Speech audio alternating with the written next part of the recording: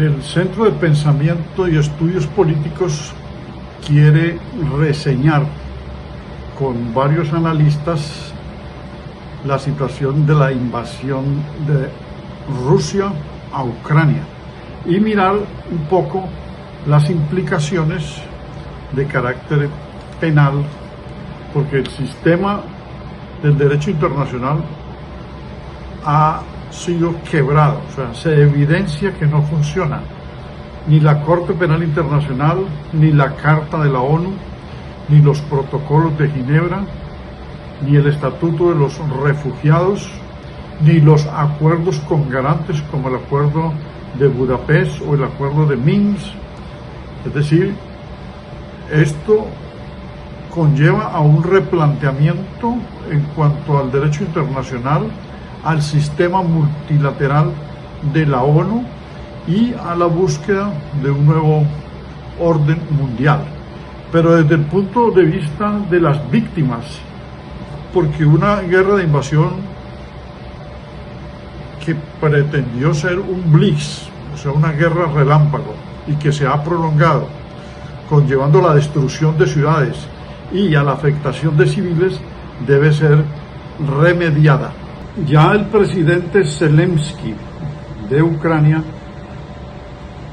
presentó una acción penal ante la Corte Internacional con sede en La Haya y 41 países lo han respaldado. Lo mismo el Senado de los Estados Unidos, que ha expedido una resolución declarando criminal de guerra a Putin, y el presidente Biden ha expresado lo mismo. Pero como Rusia no pertenece a la Corte Penal Internacional, entonces ¿cómo hacerlo efectivo si no va a comparecer? Y hay que hacer una distinción entre la Corte Penal Internacional, que es el Estatuto de Roma, vigente desde el año 2002, pero expedido en 1998. Y el Tribunal de Justicia Internacional, que también tiene sede en La Haya. El Estatuto de Roma o Corte Penal Internacional es para procesar a criminales de guerra, de lesa humanidad, de agresión y genocidio, o sea, a personas, a militares, a dictadores, a jefes de Estado. Mientras que el Tribunal Penal Internacional, que también tiene sede en La Haya, pero este nació en 1945 y la Corte Penal Internacional en el 2002, como lo dije, después de establecido el Estatuto de Roma en 1998, el Tribunal Penal Internacional es para buscar la responsabilidad de los estados. Entonces podría ser por el lado de la responsabilidad del Estado ruso y, lógicamente, su jefe de Estado, el presidente Putin. Porque por el lado de la Corte Penal Internacional no lo van a poder procesar. De tal manera que existe otra fórmula por fuera del Tribunal de Estrasburgo, que es un tribunal europeo, o del Sistema Internacional de los Derechos Humanos, que también está adelantando gestiones. Existe la figura de la justicia universal o jurisdicción universal, que se dio a conocer más o menos desde 1998, cuando se hizo efectiva la medida de captura contra Pinochet en el Reino Unido. Esta es una figura que parece ser novedosa y lo es, que parece ser nueva y no lo es, en el sentido de que existía en España desde el siglo XIX, pero nunca se utilizó en la Ley Orgánica de la Justicia. Pero desde 1949 se establecieron los convenios de Ginebra, que tiene 4 protocolos, y allí está la jurisdicción universal, y no se había puesto en práctica hasta 1998. Allí hay jurisdicciones concurrentes, hay un principio de complementariedad entre los estados. Y cualquier estado puede, cuando un connacional ha sido víctima en otro estado por las atrocidades, atropellos de un mandatario, ya sea en medio de una guerra, de un conflicto, o por tortura o terrorismo de estado, o cualquier otra circunstancia, puede perseguir con acción penal transnacional. Esto es una forma real de la globalización del derecho. Puede perseguir con ese principio que está en los convenios de Ginebra y con el aseguramiento de la Corte Penal Internacional. Es decir, todos los estados, todos los países tienen su estatuto penal, su estatuto punitivo, su derecho penal interno. Pero hay dos formas de transnacionalizarlo, que es la Corte Penal Internacional para perseguir a delincuentes o criminales de guerra, o la justicia universal también para perseguirlo, pero esta es desde un estado que sea víctima, no necesariamente que sea parte de un estatuto multilateral, sino que su compatriota o un compatriota haya muerto o haya sido víctima de un delito atroz por un mandatario que esté en guerra o que haya direccionado el ataque contra esa persona. Esa es la jurisdicción universal que se puede activar. Por lo tanto, muchos países podrían denunciar a Putin. Eso es lo que quiero decir. Pero la dificultad está en la concurrencia de jurisdicciones, es decir, que colaboren en la recaudación de las pruebas. Aunque desde Ginebra hay una comisión que facilita la recaudación internacional de pruebas.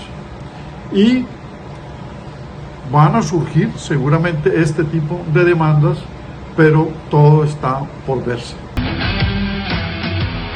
Para hablar sobre el tema respecto de la guerra entre Ucrania y Rusia, es importante tener en cuenta el origen geopolítico del conflicto, el cual muchas veces ignoramos.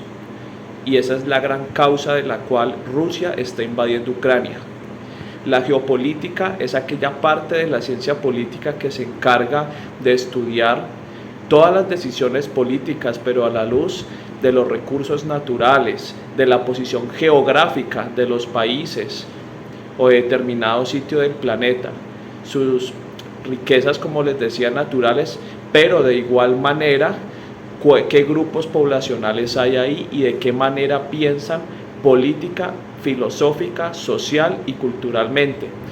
De esta manera, en primer lugar, Ucrania, en cuanto a la geopolítica relacionada con la cultura y la nacionalidad, ha sido considerada por Rusia como el origen de esta gran nación. Y grande me refiero a la extensión ya y a su historia. Entonces, para Rusia, Ucrania es el origen étnico nacional del pueblo ruso o del pueblo eslavo. Entonces, de esta manera ya hay un primer acercamiento e identidad entre lo que es Ucrania hacia Rusia. Bueno, ya hablamos de la Rus de Kiev en el siglo VIII, que se formó y que finalmente dio origen a lo que hoy es Moscú y Rusia. Después de eso tenemos un interés geopolítico relacionado con la economía, pues Ucrania es el primer productor de cereales, de maíz en el mundo y especialmente en la región del Donbass, que es el oriente ucraniano y que tiene una gran identidad con Rusia. Lo que se produce ahí son minerales ricos y minerales raros incluso. Entonces eso es también de gran interés para Rusia. Y finalmente pues tenemos la geopolítica relacionada con la política respecto de Ucrania. Pues Ucrania es un país, como les dije, cercano a Rusia, pero que además que por su identidad étnica y cultural con Rusia, Rusia no quiere que esté del lado occidental, de acuerdo a la política, la filosofía de Estados Unidos, de la OTAN y de los países de Occidente.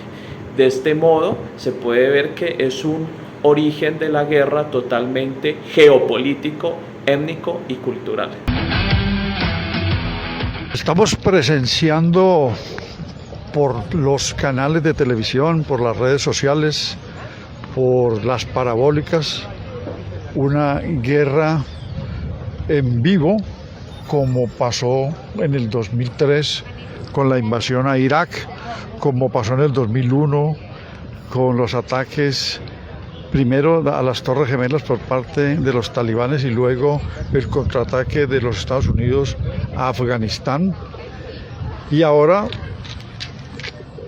sin relacionar todos los conflictos como son los permanentes ataques de Israel a Palestina, etcétera, pero ahora estamos presenciando no solo una invasión, sino la alteración del orden mundial.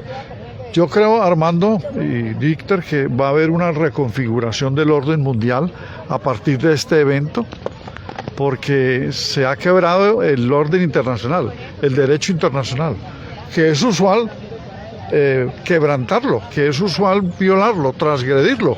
La invasión a Irak fue eso, y las guerras de invasión o de aplastamiento son eso.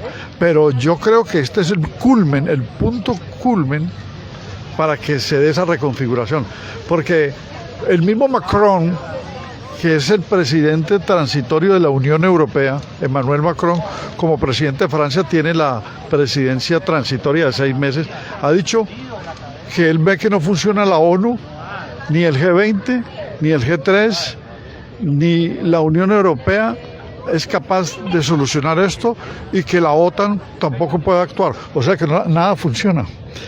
Esas expresiones de Macron, que no estoy agregándole ni una pizca, significan lo que sabemos desde hace muchos años, que la ONU no funciona, porque si en ese momento el ejército de persuasión de la ONU actuara, que es de disuasión y de intervención, no los cascos azules, sino el ejército que está en la Carta de San Francisco desde abril de 1945, se demoraría 2 o 3 meses para conformarlo.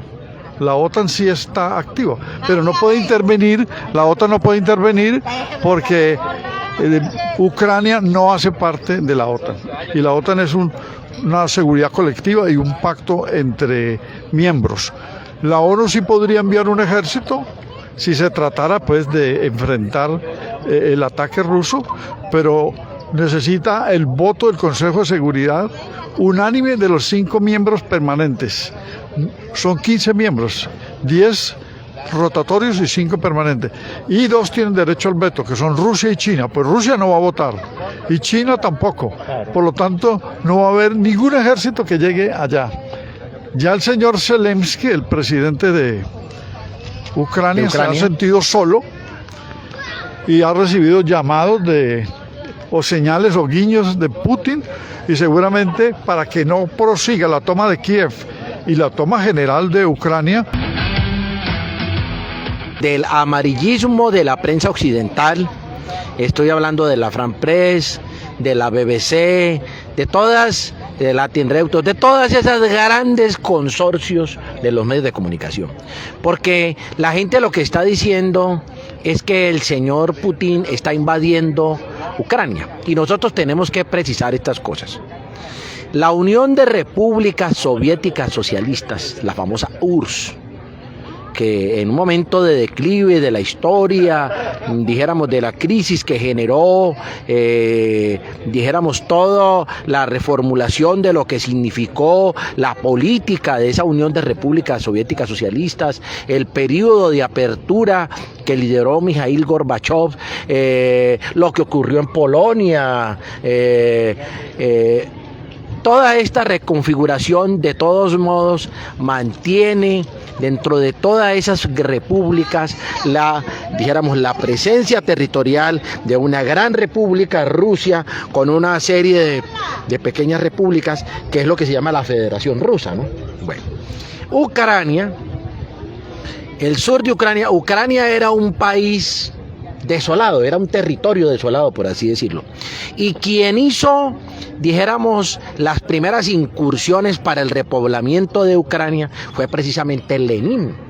Entonces Lenin dio facilidades para que hombres y mujeres, familias rusas, fueran a, dijéramos, a hacer el poblamiento de esta zona. Y por supuesto que ese poblamiento se ha conservado, dijéramos, la presencia de esa identidad rusa está presente en el sur de Ucrania, donde efectivamente son rusoparlantes, ¿no? Todavía hay. Y pues hay un proceso que tiene que ver con el año 2014, donde se va consolidando esta identidad de estos dos pequeños estados, Alberto, ¿cierto? Y entonces empieza una disputa con el nivel central desde Kiev, ¿cierto? Se genera una caída del presidente, hay un cambio, la derecha de Ucrania toma el poder, que es el actual presidente Zelensky. Y entonces esas primeras guerras inmediatamente intervienen y dicen no se vayan a independizar. Y no se vayan a independizar es porque hay un proceso democrático interno en estas dos provincias que se constituyen en repúblicas, ¿cierto? Y entonces empieza todo el mundo a decir no, que eso no es legítimo, que espérese, que no desmembremos. Ciertamente estamos pasando como por un periodo de transición que se le podría denominar post-pandemia, donde se vio muy afectada la economía en estos 2 años largos y difíciles de cuarentena, y apenas se está recuperando un poco la economía y entra este conflicto Rusia-Ucrania, donde el precio de la energía se disparó, el petróleo se elevó a $100 por barril y el gas natural subió en un 30%. Entonces lo que usted decía, doctor, están haciendo una presión estas multinacionales, estas empresas hacia Rusia, donde no están permitiendo que sigan como con las ventas en este país, y así generar como una presión para que se vayan aliviando las cosas.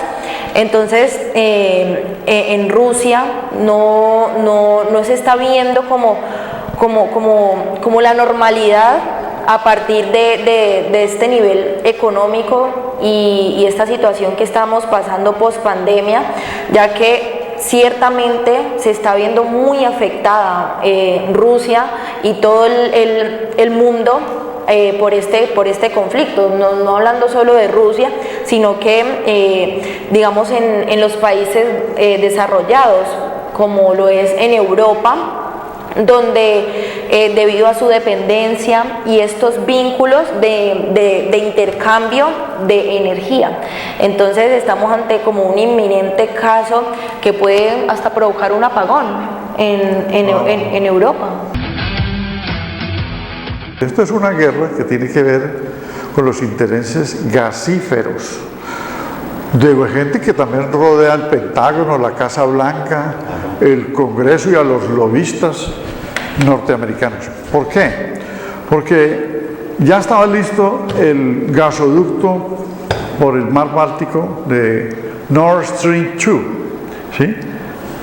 Un gasoducto donde Rusia le proporciona el gas a Alemania directamente, porque el otro pasa, uno por Bielorrusia, el otro por Ucrania y por las zonas estas secesionistas, que son las que más le interesan geoestratégicamente a Putin.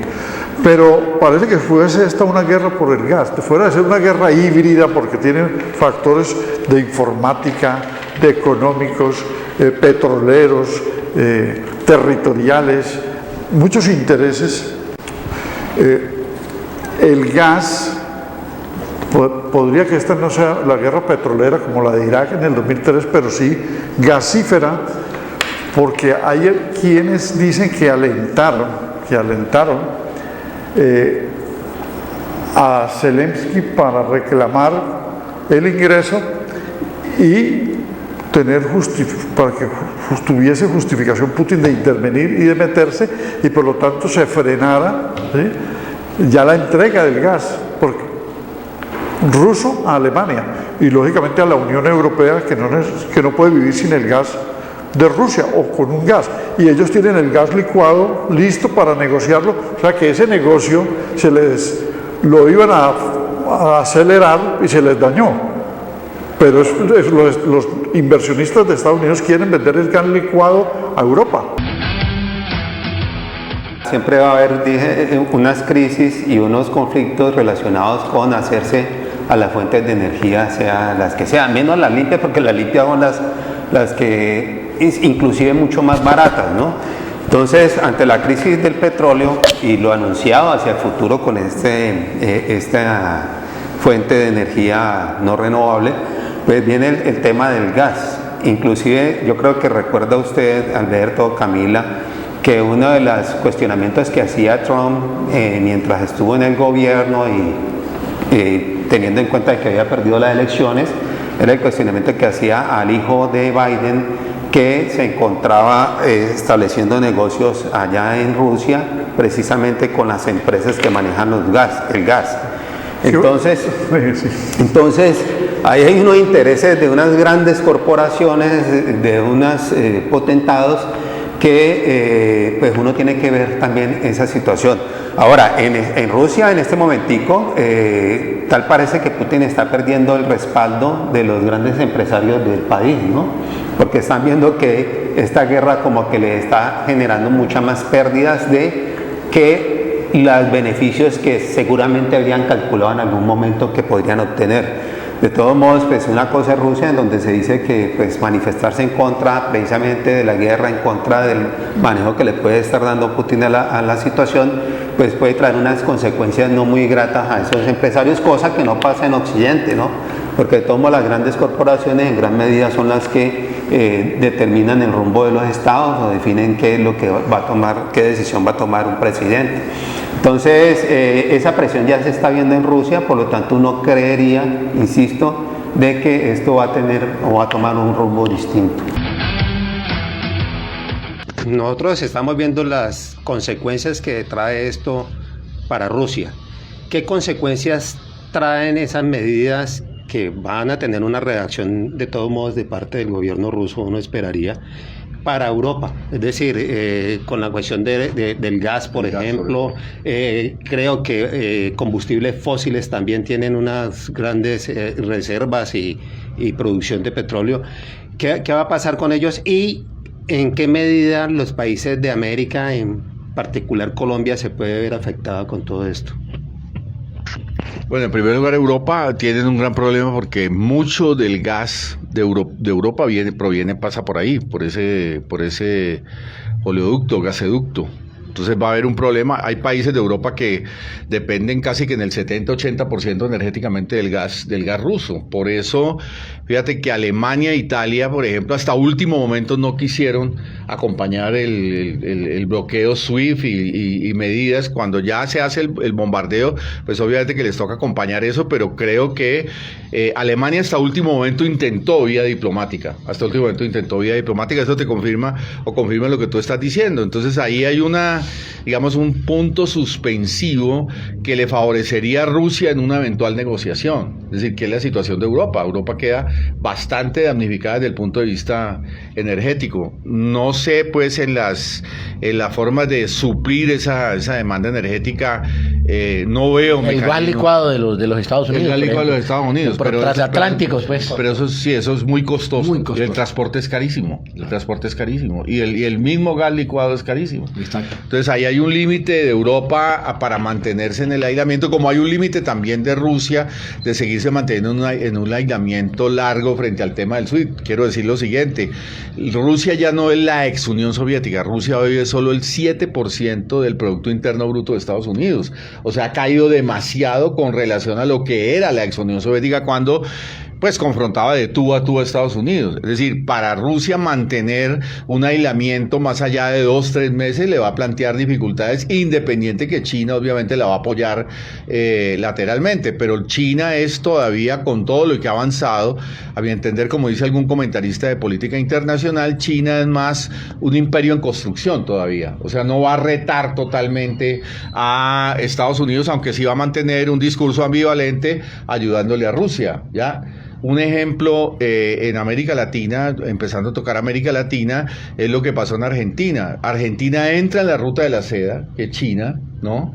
Y le dan cantidades de dinero, y Rusia va a hacer allá represas y va a hacer infraestructura, no sé si ustedes han visto todo eso, y al mismo momento se estaba haciendo la imposición, porque eso no fue un acuerdo del Fondo Monetario Internacional con Argentina, y China miró para el otro lado, incluso porque China es parte del Fondo Monetario Internacional, y China tiene un juego diplomático doble que es más producir resultados que realmente tener una confrontación, ¿no? Producir resultados, digamos, en lo internacional. Por ejemplo, ellos reconocieron a los talibanes en Afganistán, ¿no? Porque les permite seguir ampliando en el corredor de la ruta de la seda, y a ellos les interesa muy poco que sabemos lo que son los talibanes y su concepto de las mujeres, de su concepto de género y su concepto fundamentalista y todo lo que eso significa, y su barbarie, digamos, ideológica y demás, pero lo reconocen porque es parte de una estrategia de copar territorialmente esas zonas, ¿ya? China en eso no tiene problema, es decir, su diplomacia es realista, está por fuera de cualquier otra consideración. Vuelvo y te digo, en Argentina aceptan ruta de la seda al lado de una imposición del Fondo Monetario Internacional, lo cual confirma que China está viendo, o sea, China aporta, por ejemplo, en el Fondo Monetario Internacional recursos para ganar dentro del propio fondo, pero al mismo tiempo también mantiene un sistema bilateral con Rusia, con India, con otros países, intentando hacer una política propia, intercambios propios, es decir, es un doble juego porque entiende que todavía no se puede desatar totalmente del dólar y del sistema internacional financiero que estamos viendo.